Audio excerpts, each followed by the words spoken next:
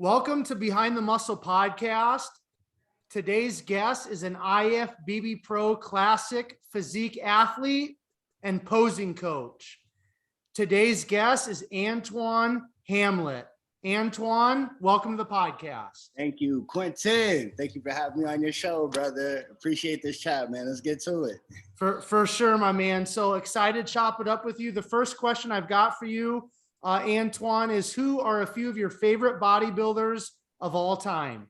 Ooh, well, automatically Flex Wheeler, instantly. I mean, when I started off bodybuilding, that was the first person I started looking at posing, just stage presence, his attitude. And then once I started figuring out like he did martial arts and all these things, so there's just more to this person when you see him on stage. So like, I mean, and then when you go further into his upbringing, like from his youth, and I relate to a lot of that, so I can understand where a lot of that determination, that willpower, that is a difference between people that want to be successful and people that have to be successful, you know? So I really resonated with him. And obviously, you know, though I watched all the Pump and Iron, so Arnold Schwarzenegger, Robbie Robinson, all those real classic, Bob Harris, Lee Labradas, like, yeah, I mean, you can't, like, you can't just fast forward. You have to keep going back. And then the more you go back, I mean, the names just keep clicking because you start learning the history of, like, you know, and then obviously, you know, Lee Haney, he was also one of my favorites. He just had this cocky confidence that as soon as he came on stage, he already knew what it was, kind of thing. So, and Kai Green. And then I think of this era right now, I have to say Rough Diesel.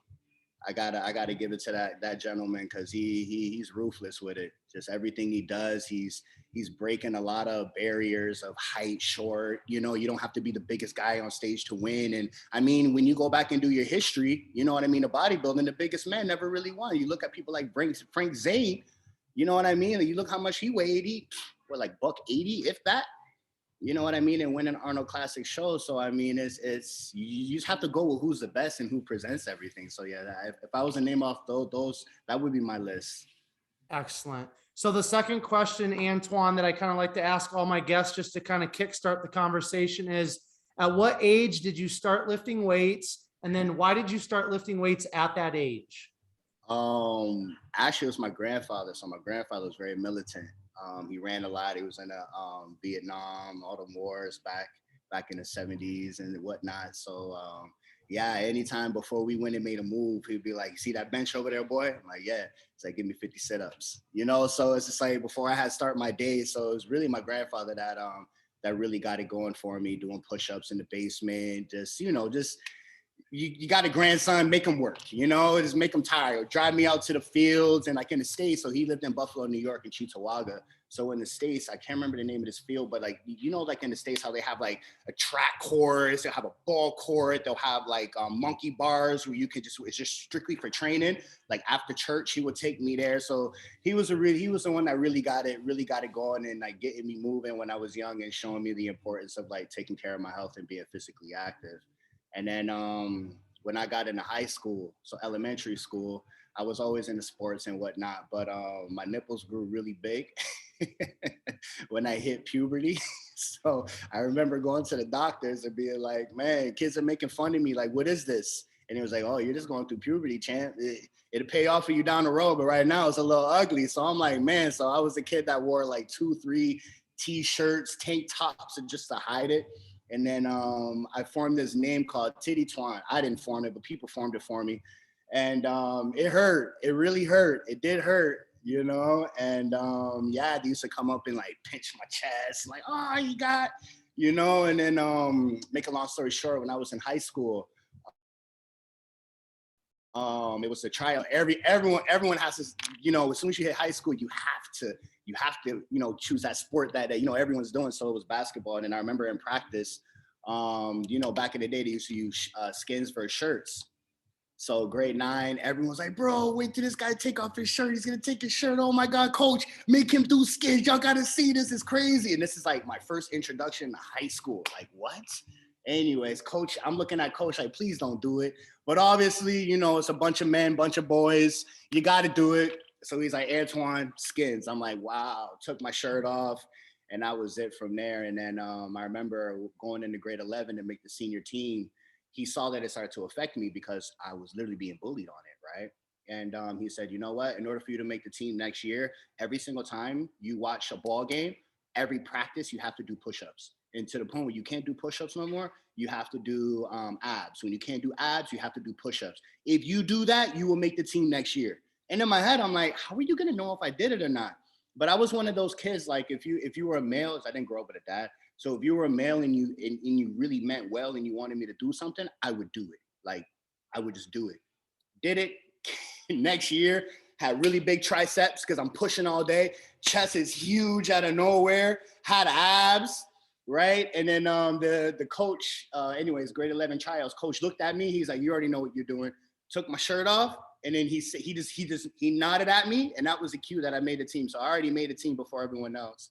And that moment is when I was like, okay, working out is for me. Because then, everyone's, oh my gosh, your chest is so big. The girls coming up, touch your chest. Dudes like, bro, your arms are huge. Actually, I had no bicep, mind you. I had no biceps, all tricep, all chest. That was it. No back, no biceps.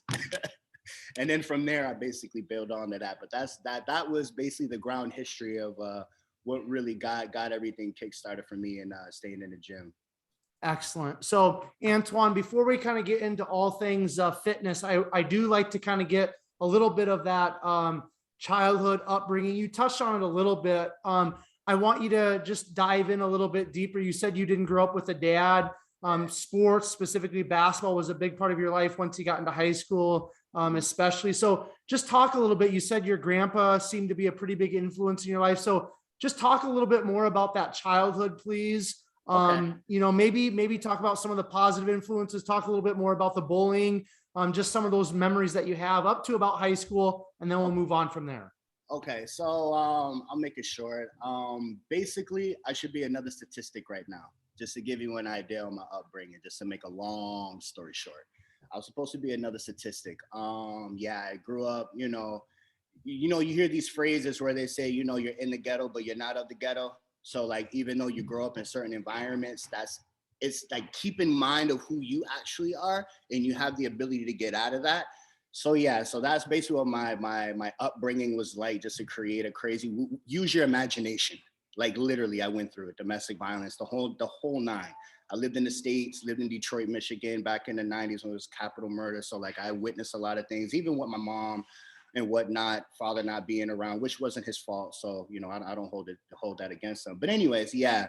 Then my grandfather, he used to always come and pick me up every year. So that's where we built our relationship when I was young. So he would always take me to the States, Jacksonville, Somerville. We go to Memphis.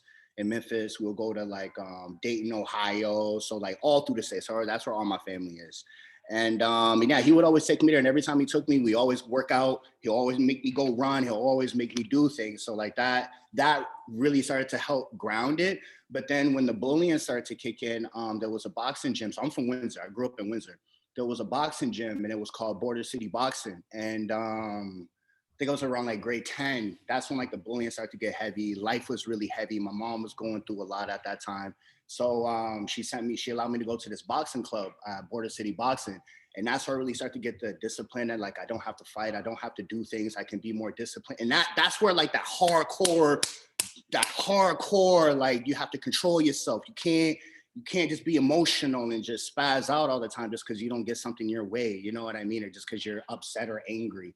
And but at the same time, the boxers were really taught me to grit, because it was just the gym was so small, it was so dense, couldn't breathe, no windows, low ceilings, like the typical grungy boxing gym you could imagine.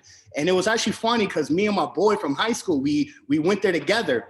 Couldn't even make it home, could not walk home. We were like, every 2 steps we were nauseous, gonna vomit, throw up.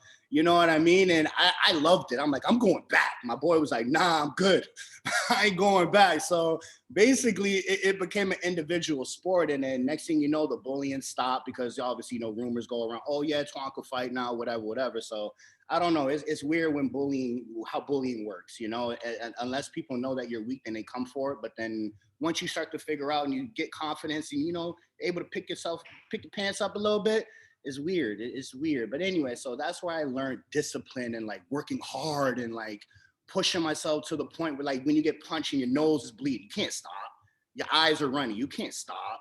You know, you want to throw up and vomit. You can't stop because the next man next to you is working 10 times hard. Like boxing environment is different. But anyways, that's where I learned the grit. And then through the training, after my coach was like, do your push-ups, you got to do this. Then my gym coach was like, man, you got to start doing chin-ups. You got to start doing rows. You got to start working your arms. Like everything just ain't pushing abs. You know what I mean? You got to start working legs. I really didn't start working legs until I was a lot older. I had chicken legs my whole life. I just used basketball and sports and running. I was like, man, running's going to build my legs. No, I never did. I had chicken legs my whole life. But yeah, man, and I think the number one thing that really kept me going when I was young was working out, because it was something that I felt I could control in my life. No one could take it away from me. No one could give it to me.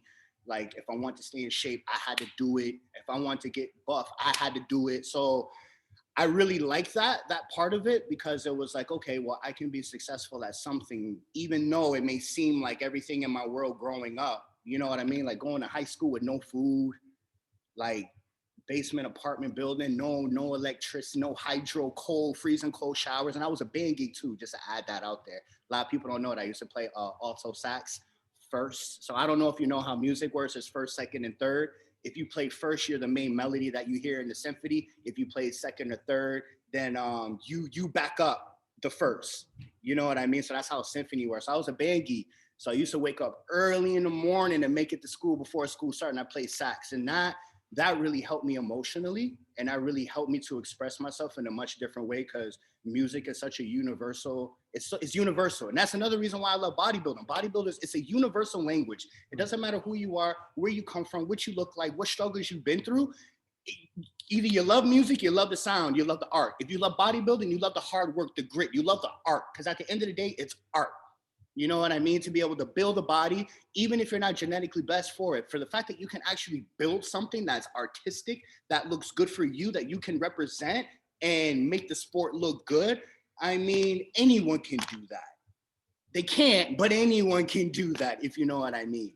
You know what I mean? Just surround yourself with the right people, take yourself serious, and then, I mean, you can create anything you want. So yeah, I think that's about it. But yeah, man, yeah, it was very interesting to get to where I am now. But a lot of those things that I went through when I was young, for sure developed me to be the man that I am today. So yeah, I wouldn't have it no other way.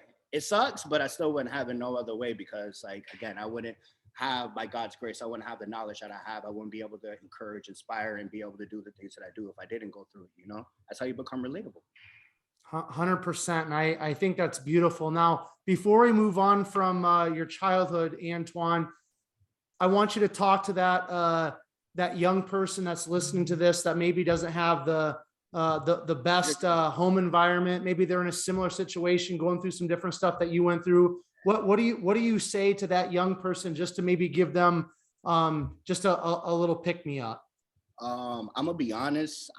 This is just me. You know, I'm not gonna shun on nothing else. But my grandfather taught me, man, seek ye first the kingdom of God, and all this righteousness and all these things shall be added unto you. So I'm a Christian man. I believe in Jesus Christ. That's my Lord and Savior. So my faith is everything. To go back to the childhood, when I was in grade 11, I chose to get baptized all by myself. So back in Windsor, I mean, it was nothing but it's such a small, it's a hellhole, to be honest. Like either you're stuck or you get out.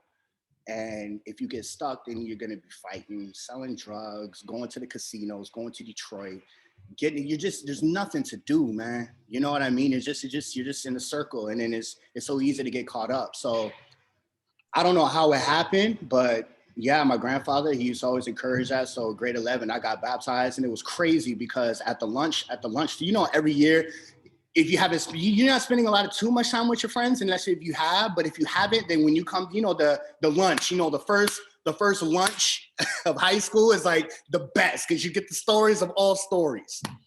It was different for me that year because I got baptized. I was going to church every Sunday. I just went a different route. So I kind of fell off the map in terms of like not being around my friends too much.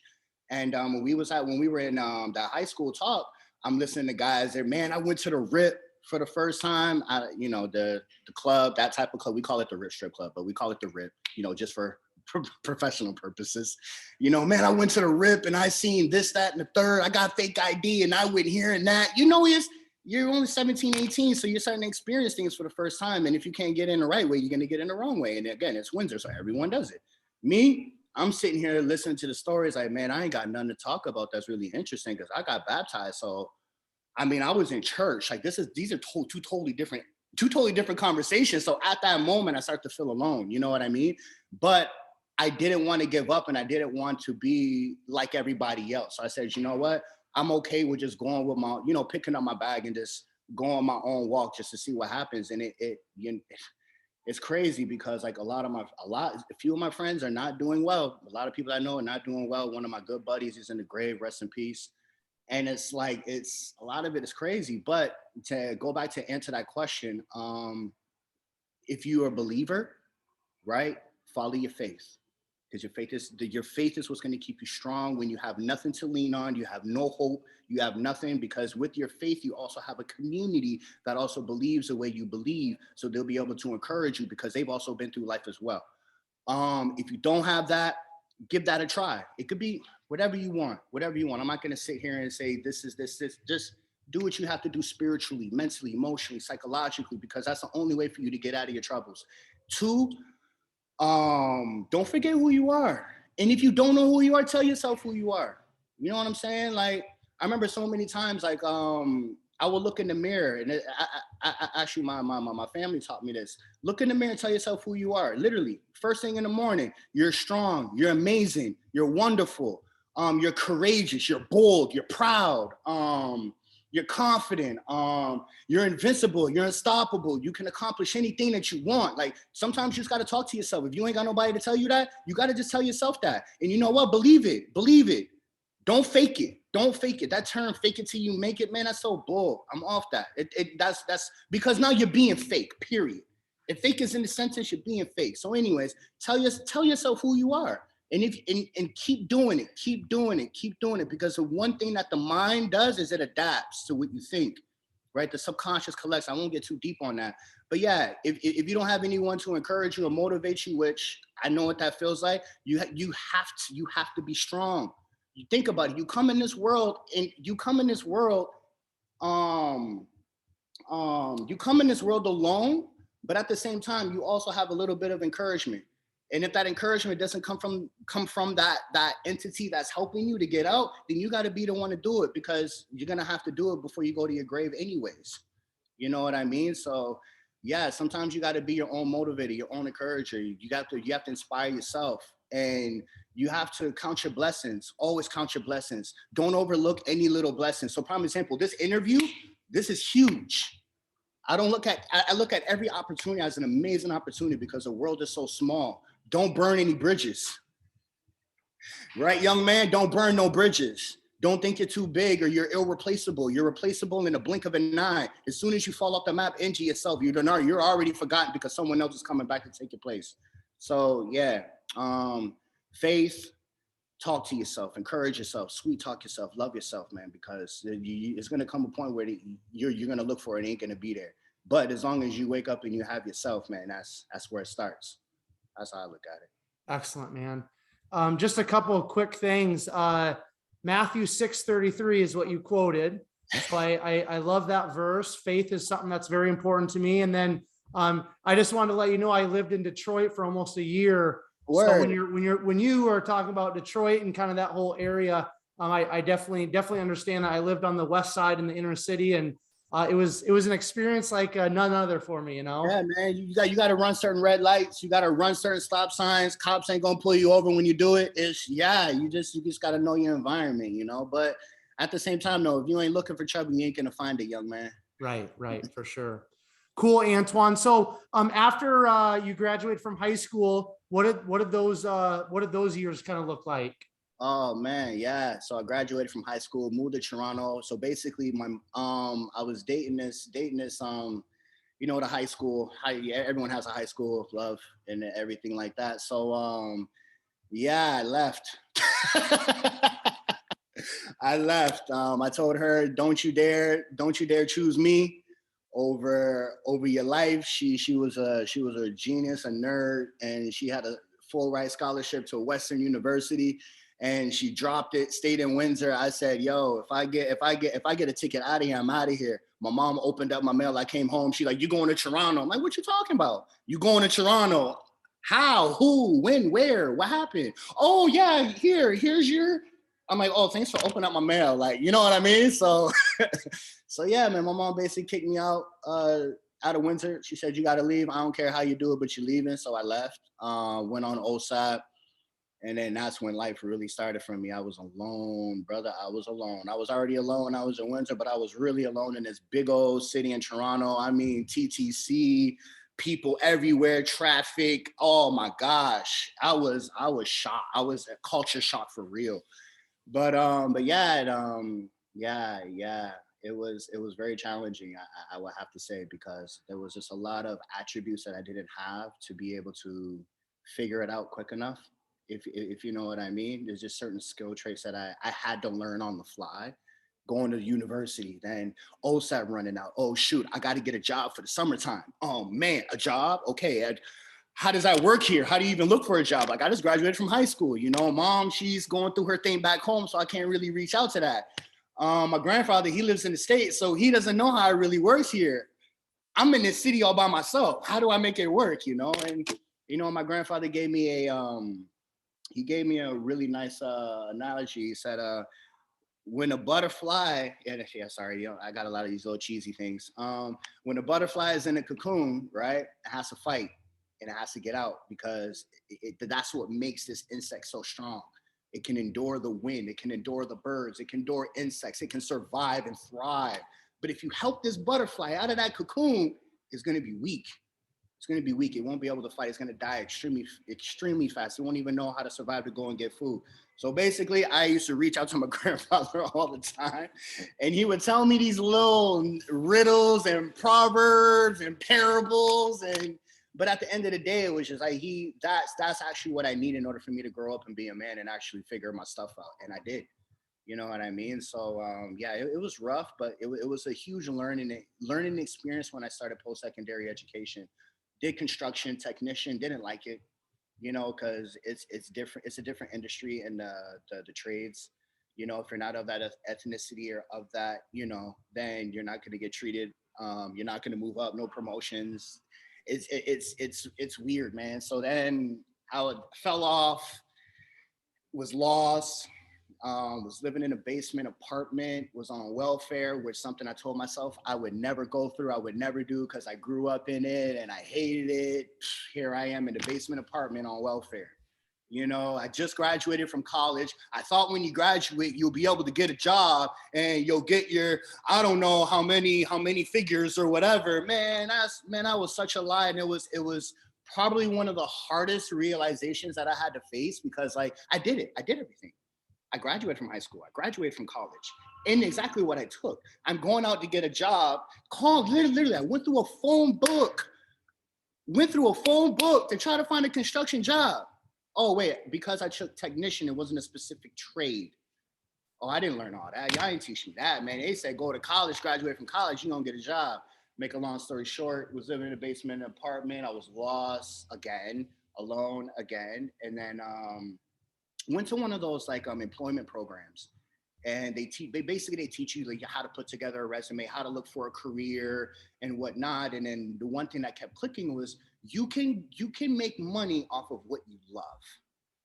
You don't have to work a 9 to 5. You can literally make money off of what you love. Antwane, what do you love, bro? What do you love doing? Well, damn, I love to work out. Like what? Put me in any gym. Like I love it. But how are you going to make money out of that? I don't know. Oh, there's a such thing as personal training, nutritionist specialist, chiropractor, massage therapist. Word, okay. Boom, a whole new world opened up for me going to this little program. And then, I went to Extreme Fitness, had a suit on. I had the last little suit that I had from high school. It still fit. Actually, the pants didn't. You know, I had a little gap space, but I had the church socks, so it still looked good when I sat down. Anyways, I went in there and I'm like, man, I need a job. They were like, are you certified? I'm like, nah, but okay, get certified and come back. So, you know, the Can't Fit Pro program. So the guy pitched me the Can't Fit Pro program. I'm like, all right, talk to my grandfather. Grandfather's not, you're going to go back to school. And I'm like, go back to school? Pops, I just went to school, man. I just did that. I ain't got no money. I got to take out another OSAP. Son, go back to school. Pops, are you hearing me? I ain't even got no money to apply. Like, what do you, go back to school? All right, I'm gonna go back to school. Went back to school, registered, we got into the fitness and lifestyle management program at George Brown College, where I actually met my wife. We've been together for 13 years now since that program started to now. And it was the best thing that ever happened in my life. I met my wife, didn't know it was gonna be my wife, but I met her when I was in the program, made a lot of really good friends that are now my family. And so yeah, and then here I am now. We started off doing PT, right? And then went to Good Life because, you know, the hustle's kind of hard right when you graduate, but we figured it out to the point where now we're literally living off of doing what we love. So that's my college. That's my whole little college work process of where we got now. But yeah. So before we kind of finish up with the career stuff, I want to get into you competing, being an athlete, earning your IFBB Pro card. So when did the competing in bodybuilding start, Antwane? And just who introduced that to you? And just talk about maybe some of your competition history, please. All right, sure. So it's actually kind of goes along what I was saying. So yeah, so once I graduated from the fitness program, I kept saying, I'm gonna compete. Like, I want to compete because I used to just see all the bodybuilding, everybody on the magazines. And I figured that's how, so basically I wanted to compete because I wanted to get into the modeling industry. I wanted it all. I wanted all the smoke. I wanted all the camera light. I want everything. I wanted all the smoke. So I'm like, cool, if I can keep my body in shape, I'm gonna get it, right? But so I got into bodybuilding thinking that took me that route, right? So then graduated, and I'm a man of my word. If I say I'm gonna do it, I have to do it, good or bad. Well, only good now.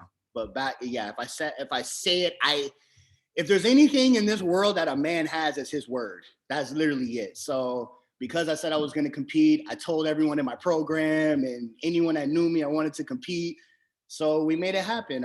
Found a coach at the gym. Actually at the same gym that I was working at. You know how you just find the click with the bodybuilders. Because it wasn't really that big at the time. You would see like a 1-2 person that competed at the show back in 2011.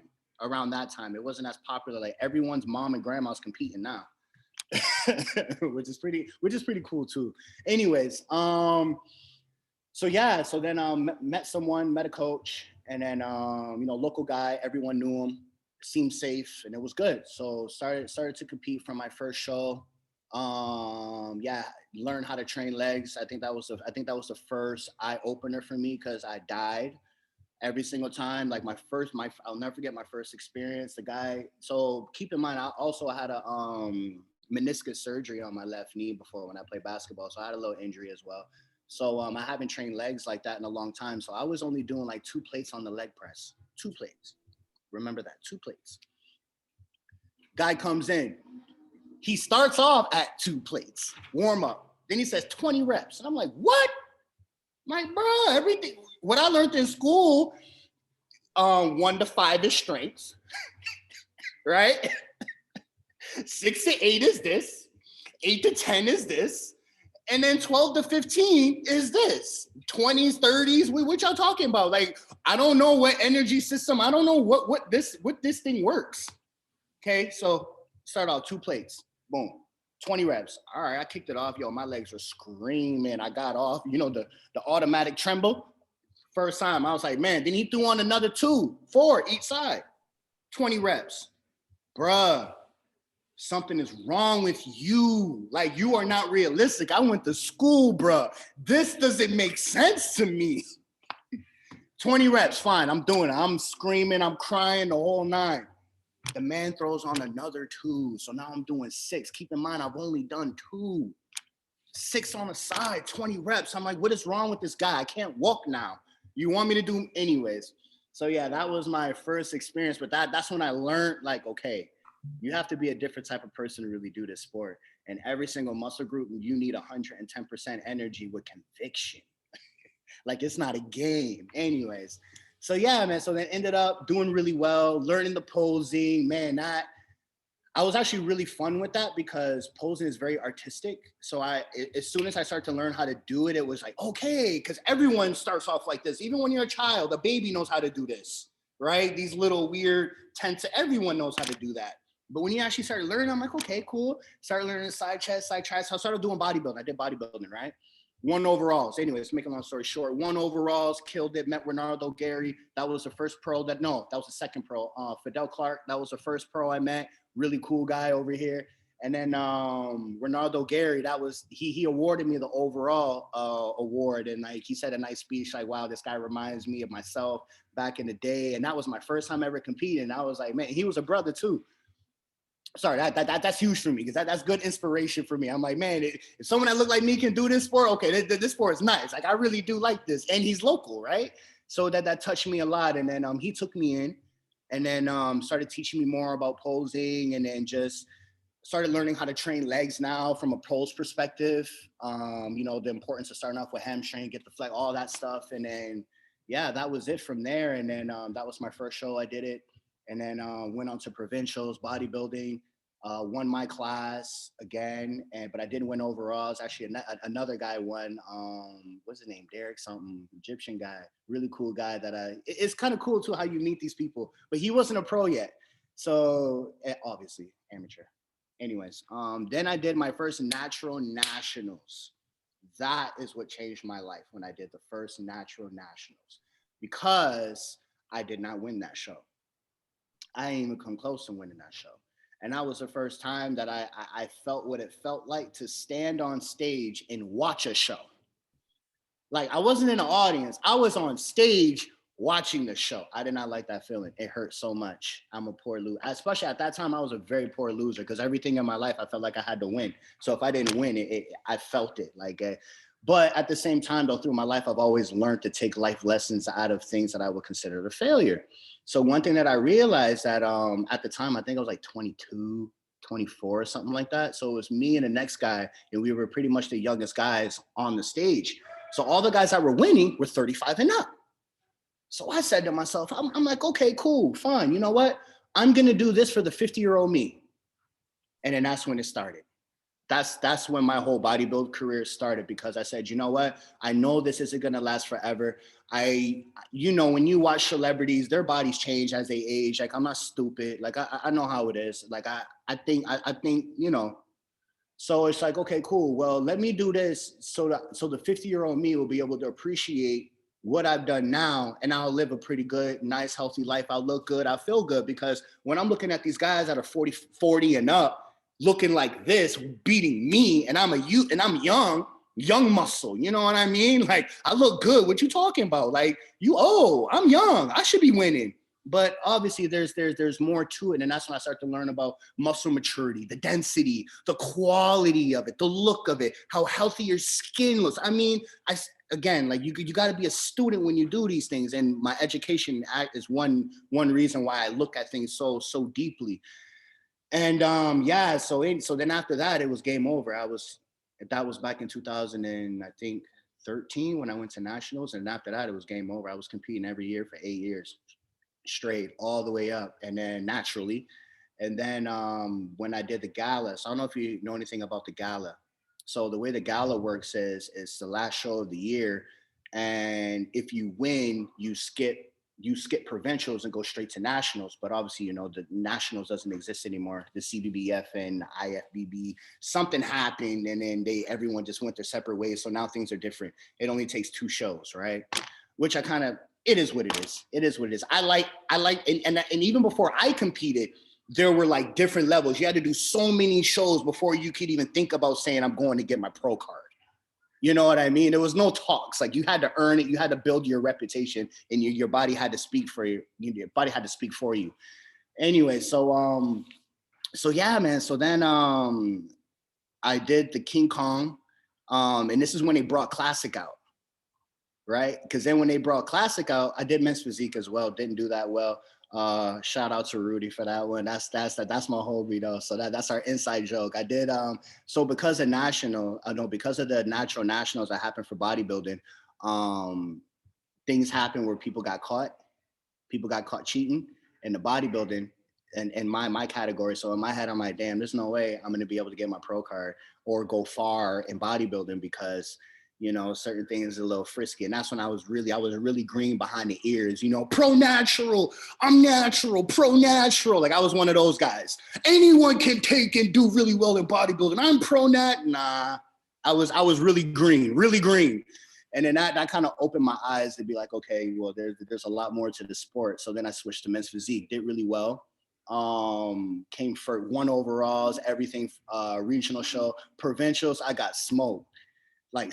So everyone that I beaten, I damn near came in last place at provincials. Again, I'm watching the show. I'm like, there's no way this is happening. So Rudy, I don't know if you're sure of who Rudy is, but he's the OG big dog over here in Canada. He's I believe he's a president. I'm not sure if he's a president or CEO of the CPA, but he judges all the big shows, Toronto Pro Show, all your national or pro qualifier shows. He's on the panel, so he's really big. So he judged me hard, and I asked him, I'm like, man, what happened? How did I lose? Like, what do you mean? You look like a bodybuilder in board shorts. What does that even mean, man? Like, what does that mean? And anyway, so yeah, I was going to give up bodybuilding at that time. I think that was 2015. I was going to give up. I was hurt. I was so butthurt. I was so mad at him for that, like so mad. And, but anyways, moved on. Classic came out because Classic wasn't really popping here in Canada at that time. It was in the States, but it didn't go anywhere. It didn't go to nationals, didn't go anywhere. So it was just one of those categories that people did. And they just, that was it. So then Classic Physique finally came over to here. And yeah, I did the King Kong Classic, and they took it out from the natural stream because it was only in the open stream where you can go and get your pro card in it. So they took it out of the natural stream. So then I ended up doing Classic Bodybuilding 1. Long story short, so Ron and Rudy are like, hey, I'll see you at the gala. Now the gala is an open show. Keep that in mind. I'm natural. Also, people prep for the whole year just for that show because you skip provincials and go straight to nationals and have a quicker chance of getting that pro card, right? I'm a little man. I'm like, hey, I'm natural. I don't know what y'all talking about. Like, I can't do this. I'll see you at the gala, Ron. I'm like, oh, damn. Okay, babe. These people really want me to go do this show. And it was 2 weeks after the show that I just did. So they're like, you're already in shape. Come in tighter. You'll get it. I'm like, I don't know what you're talking about because I know the competition's coming heavy. And at that time, I really didn't believe in myself. Bodybuilding wise, I just knew I had to win. As long as I won, then that's where my validation came from. But in the process, I never really had confidence that I was going to win. I just knew to do what I had to do. Anyway, so ended up doing the gala and I won.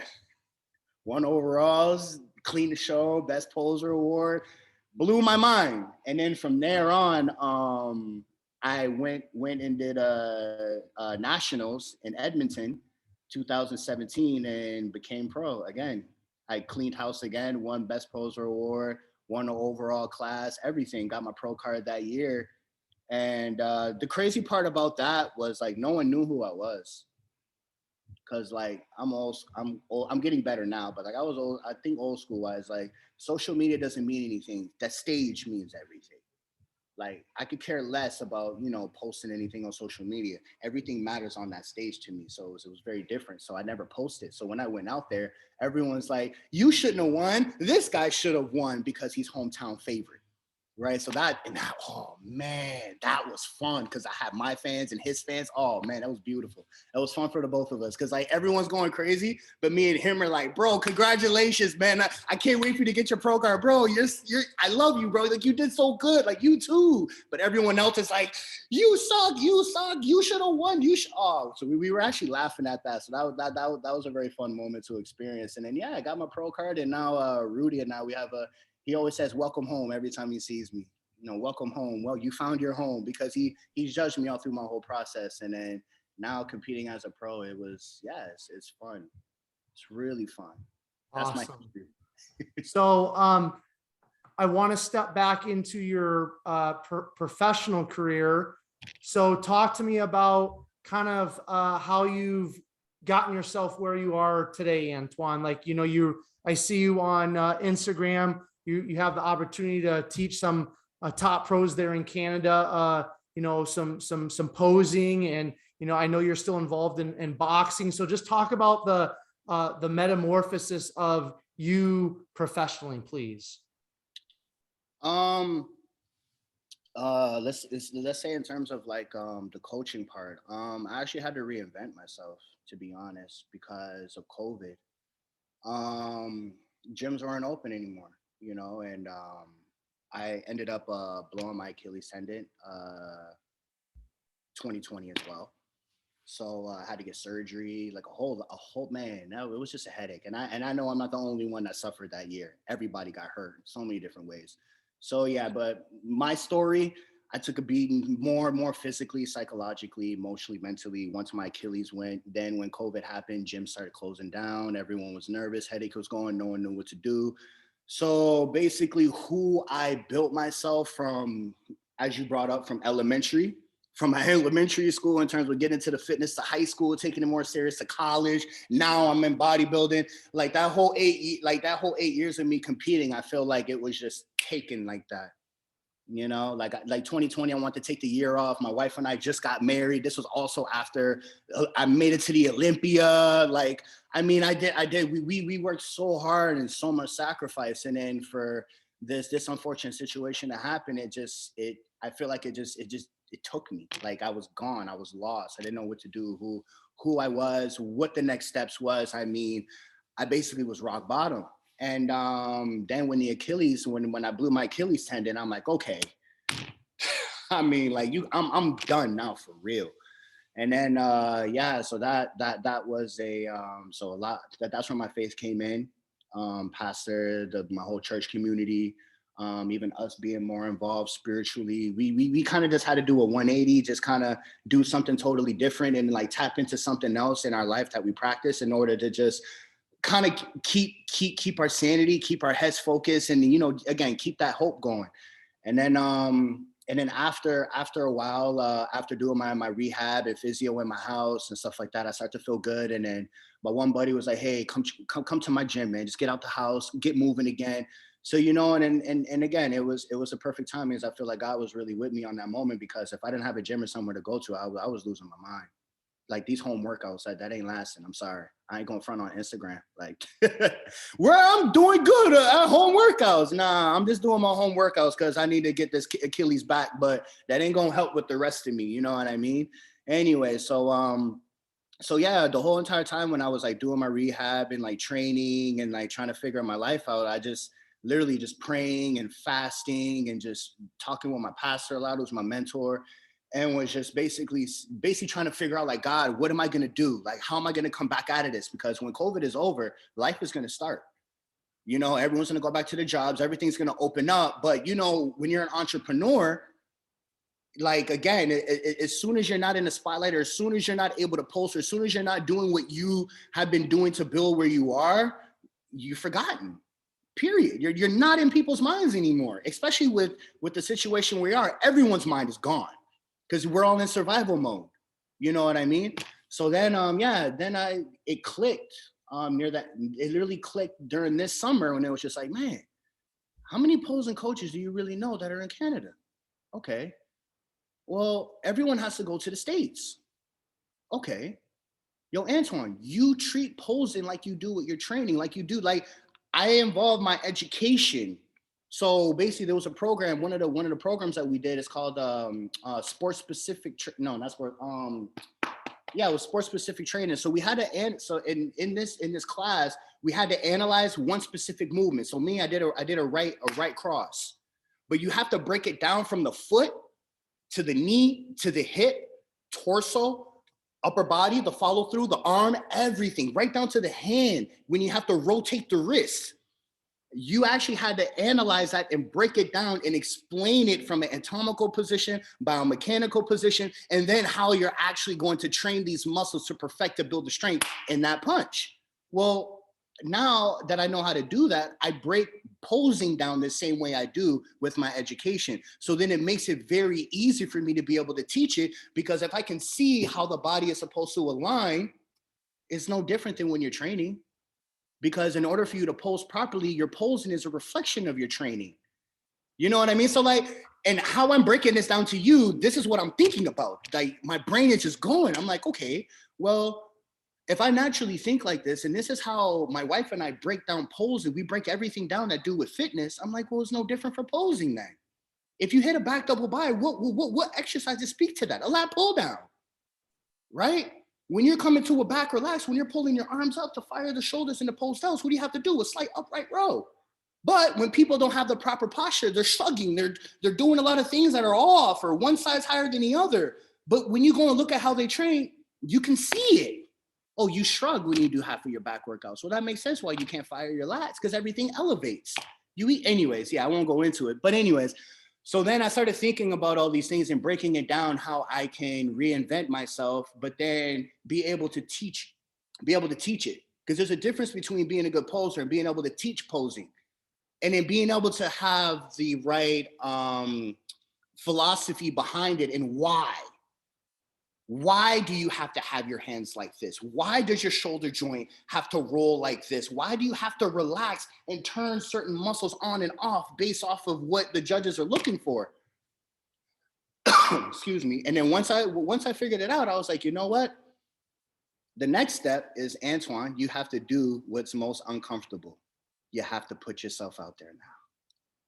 My whole career, bodybuilding, and I regret it, but I don't regret it because now I know now. I never put myself out there. I never put my work out there. That's why half the times when I post posing and stuff like that, people are like, I didn't know you posed. I didn't even know you did that, bro. Man. And in my head, I'm like, Twan, 8 years, you never posted your work, bro. Like I have guys where I have best poser awards. People would send me messages all the time. I don't post that stuff because I keep it for me, because I used to think that like being authentic and just keep it between you two.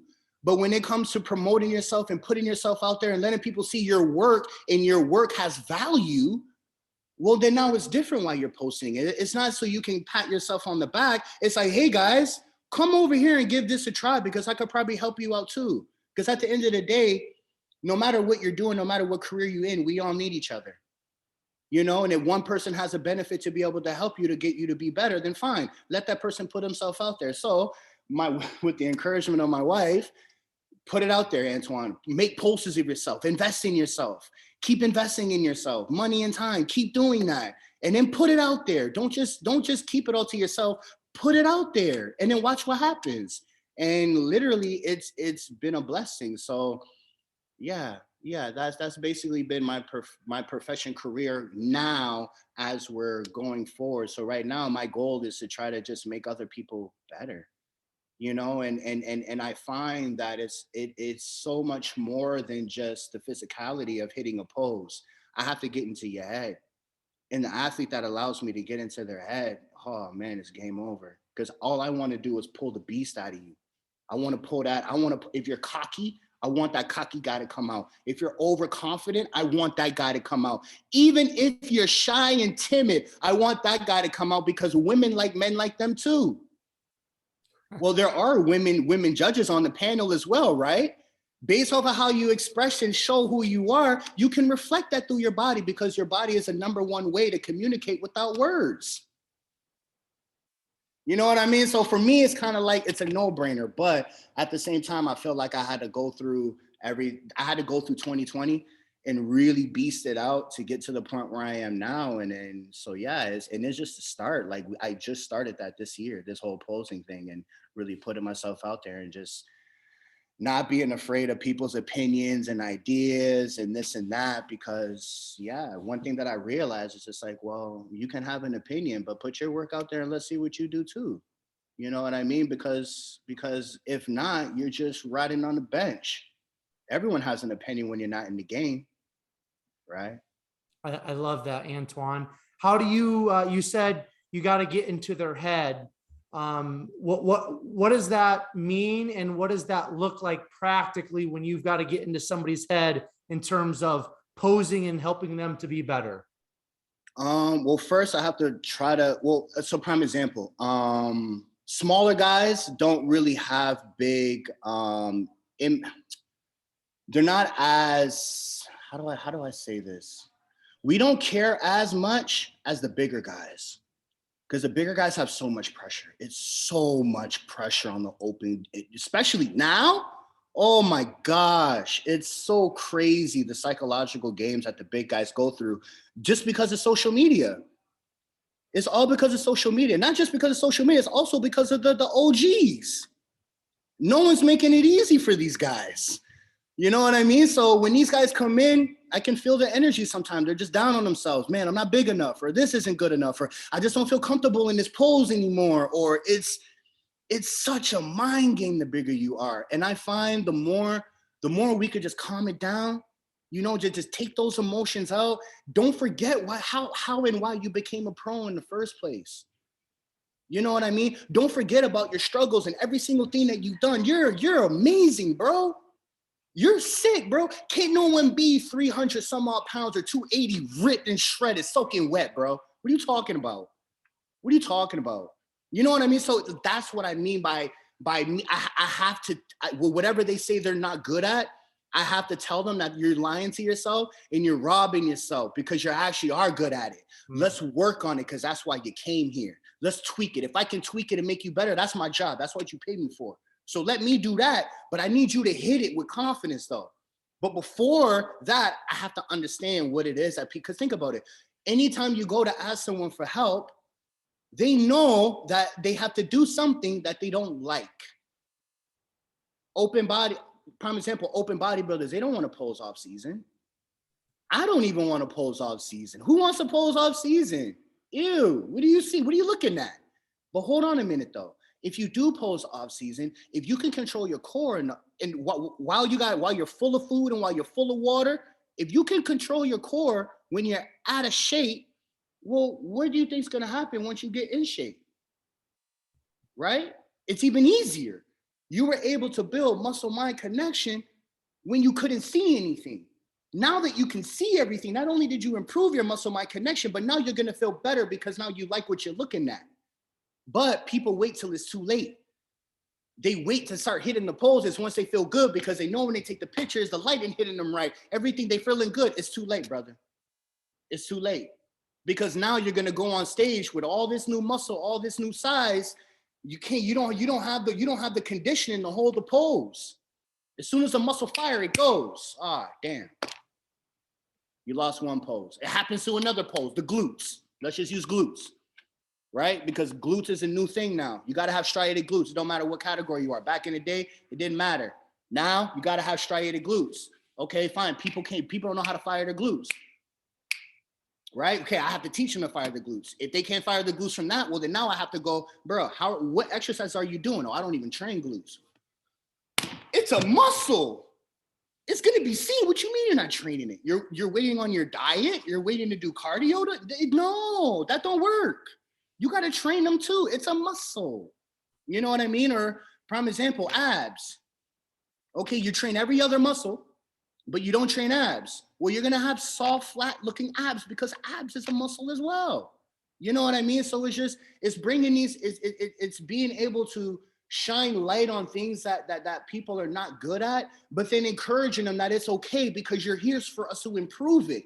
You're not here to it's like that person that has a job and he's complaining that he ain't got no money. Why you complaining you ain't got no money when you at a job? That's the whole reason why you at the job. Make your money. So if you come to me and we working on a pose, and don't complain about what you don't like. Let's work on it so we can make it good. That chemistry and that communication, that is what I mean by I have to get in the head. Because if you allow me to get in your head, well, then now we're going to have a lot of fun, because all I'm going to do is show you how amazing you are. And every single time we get closer to hitting that pose, I'm going to keep saying, see, I told you, see, I told you, see, I told you. Like, promise. Oh, man, I don't want to say the brother's name, but this one brother, he did not want to hit a side tricep with his life dependent on it. He's like, man, I hate this pose. Like, literally, we almost got into, we didn't get into it, but you know, I think he was 4 weeks out. And he was like, man, I don't want to hit the side tricep. I'm like, brother, you're doing classic physique. You'll be surprised what that pose can do for you, man. I don't like it. Hit it. I don't hit it. I hit it. Literally, fine. So he hits it with attitude. And I'm like, okay. Here, try this. He's like, you can see him. He doesn't want to do it, but he's trying it. And then I'm like, listen, man, just hit it now. Just hit it like you like it. He hit it, took a picture. After on everything, that was one of his main poses he kept posting on Instagram, his side tricep. And I'm like, and that's my job. My job is just to make you know how amazing you are, but let's bring it out. That's it. And with the chemistry and with the and as long as you allow the chemistry to happen and let me do my job and you just be a sponge, oh, it's money. It's a lot of fun, a lot of smiles after. When they were with the day of the show, how did you feel? I felt good. I felt confident, brother. You was right, man. Yeah. And even if you didn't win, what did the judges say? I got to improve this, that, and the third. Welcome to bodybuilding. That's what bodybuilding is. We ain't never satisfied. And the judges ain't going to let you be satisfied either. You're never perfect. That's why we keep doing this. It's a lifestyle. Love it, man. That's awesome. How did you get connected to the crew at Pure Muscle? Because that's kind of where I came across you on Instagram. Okay. It actually happened with Noah.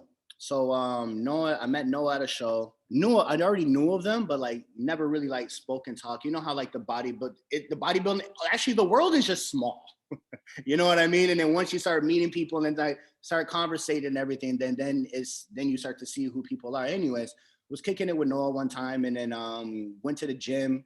I was training with someone else, but he was there with Quentin as well. And I guess he was taking me in or whatever. They were having small talks, and then Noah hit me up and was like, "Hey, bro, why don't you come down to Burlington? Come check on my bro, Dorian Hamilton." I'm like, "Word?" I'm like, "Oh shoot." Because right before that, Quentin they just took him in. And he's like, "Yeah, bro, I'm prepping with him." I'm like, "Oh, that's gonna be amazing. That's hype."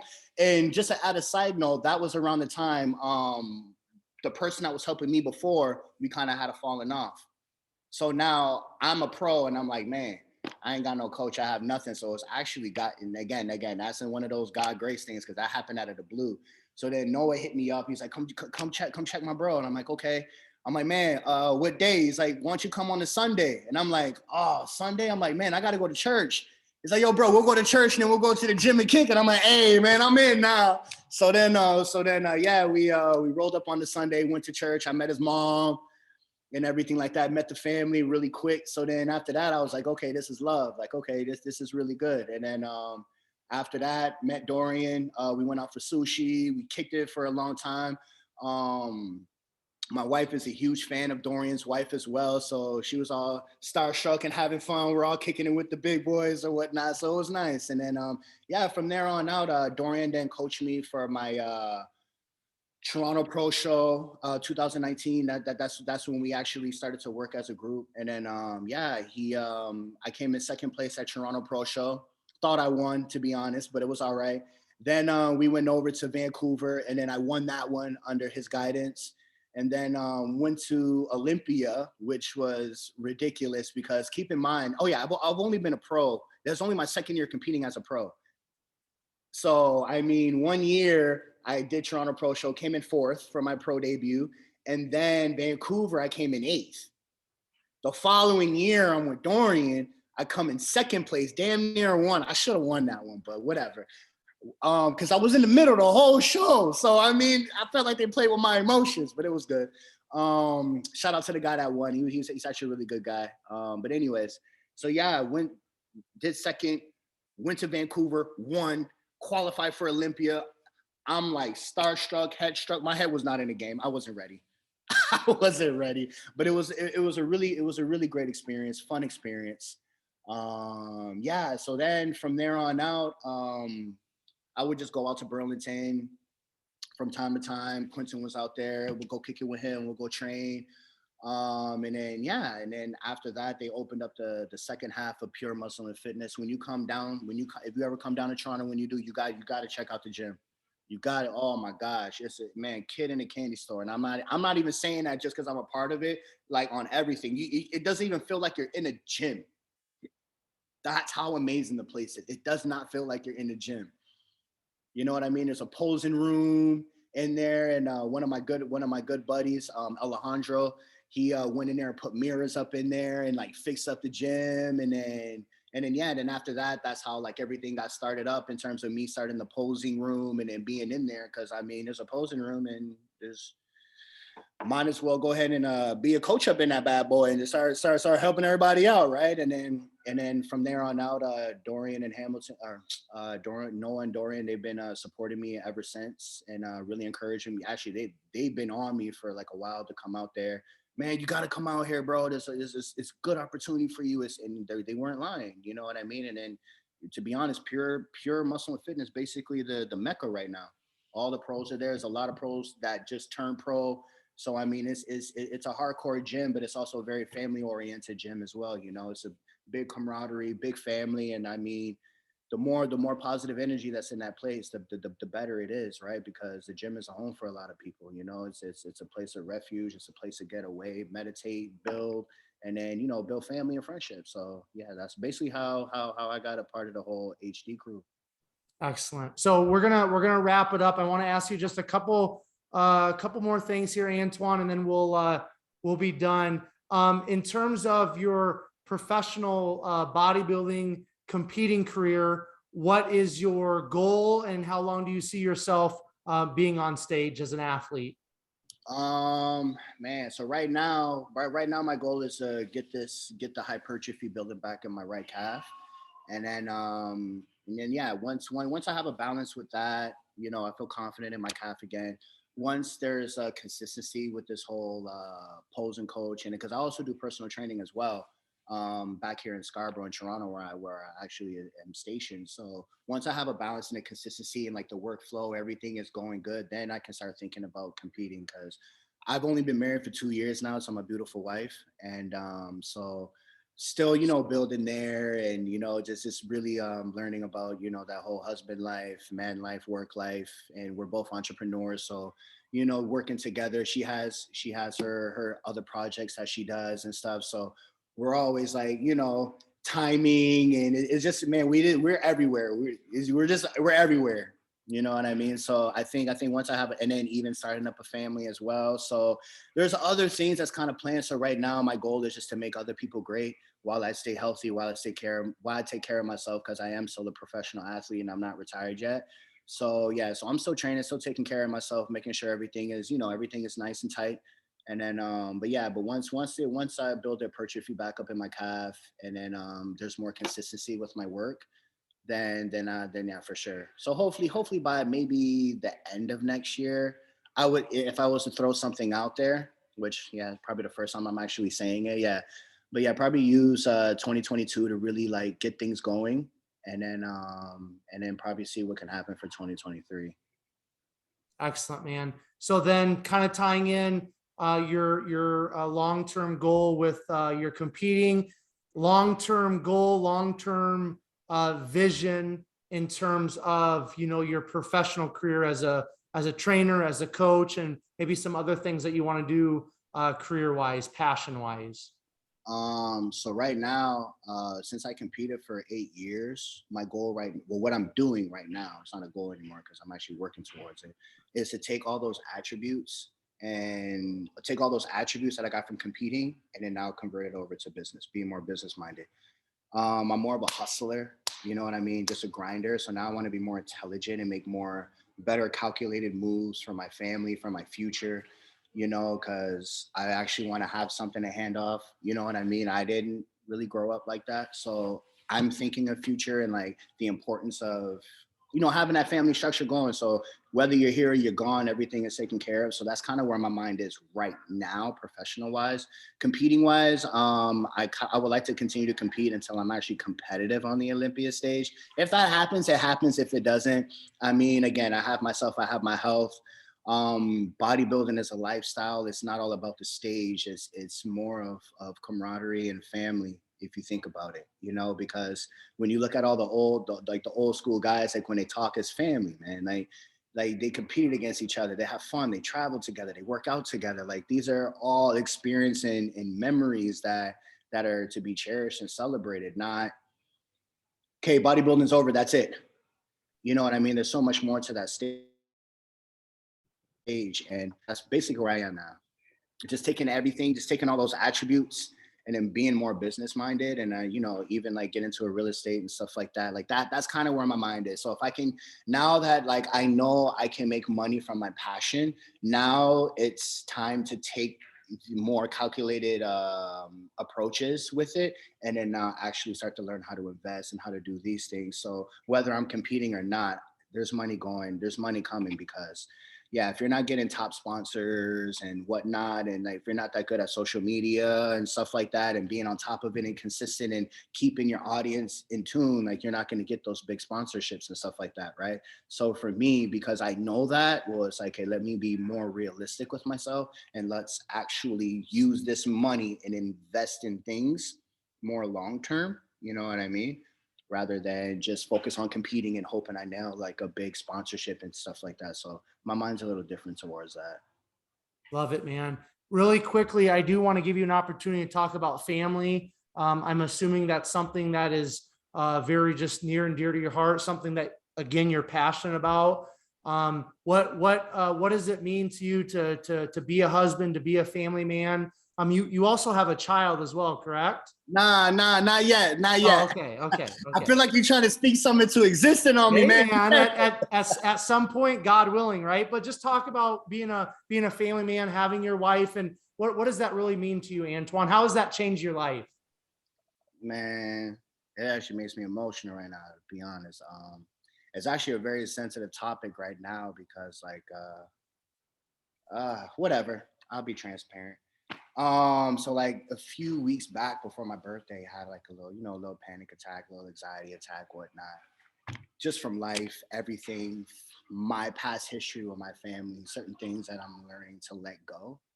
It's just, if it's not reciprocating the same way, then you just gotta move on with love, and not move on and be like deuces. No, it's just like, okay, boundaries. You know what I mean? That's one thing that I learned.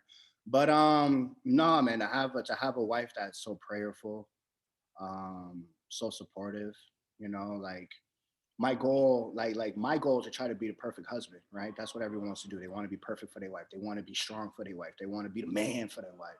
And like I just learned, like that's not what I'll speak for my wife alone. That's not what my wife wants. My wife doesn't want me to be perfect. She has no expectations of me being perfect. She just wants me to be me. You know what I mean? But at the same time, I have to understand what me is. I need to see who I am, and so God's really been using her to help me like see those things, my strengths and my weaknesses. And it's okay to be weak with certain things, because like anything else in my life, anything that's weak, you make it strong. You know what I mean? So it's like, but it's being transparent and being fully open, fully communicating with your wife. And I feel like that's actually what I learned this year. I learned that this year, that like I can trust my wife with my emotions. I can trust her with my insecurities. I can say things to her and she'll say the right thing, and it's cool because she did that. So being a family man, it changes you. It takes away a lot of pain, a lot of hurt, and then it just replenishes it with like love, passion. Beautiful, man. I appreciate you just being real. You know what I mean? Because we've all got our things. You know what I mean, Antwane? And when somebody that is in your position opens up and just shares, what's going on in your life, like you are, man, that impacts people. And that's why I'm really passionate about this podcast. Is I want to get behind the muscle, right? I want to get behind what we all see on social media, the smoke and the lights and the muscle, man. There's a heart within each of us. There's reality within each of our lives, and we have ups and downs. So I appreciate that. Antwane, I kind of want to just give you kind of the last word here before I close this out. If you have anything that you want to share with myself and the listeners, the platform is yours. Also, where can people find you on social media? If people are in your area, they're in Canada, where can people connect with you face to face if they'd like? Where do I hold on, sorry. Last message, a message I would give out, and this is something that like literally this is what I'm learning right now, is you can't forget who you are. You know, you can't forget your goals. Every day you wake up, you have to, again, like I said, you got to sweet talk yourself. You got to let yourself know who you are, and then you got to go out and live it. You know, like if you're positive, you're happy, you're outgoing, you got to be that.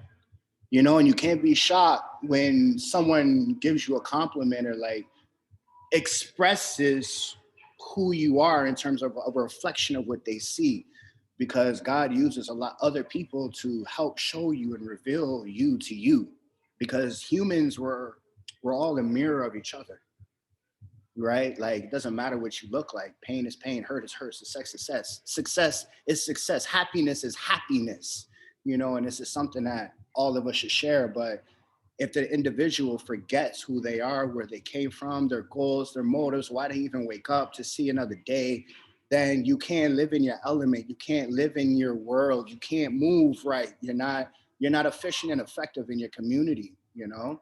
So my message to people out there, like, you can't forget you. And if you do forget, sit down and start questioning, who am I? What am I? What am I not good at? What am I good at? And start writing stuff down. Right? You always have to self-reflect. I think that's the most important thing that I've learned from myself this year. So that's what I would share with you guys. You can't forget who you are and where you came from. And keep in mind, I didn't come from much, but I understand where I came from because it made me who I am today. That's why I have so much more.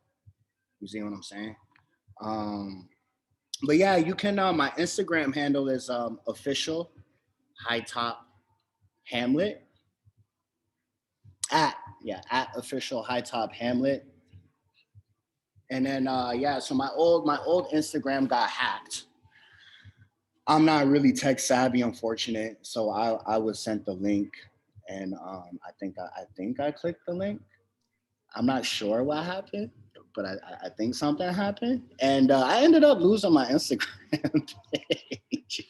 So if you were following my old one, I think it was high top Hamlet, but now it's official. It's official high top Hamlet. So you can find me on my Instagram. If you DM me, I respond back. If you're at Pure Muscle and Fitness, that's mainly where you will find me. I'm in Scarborough, but I'm all over the place when I'm in Scarborough. So, but yeah, that's mainly where you can find me. You can communicate with me on my Instagram page, and yeah, that's how I normally get back to people.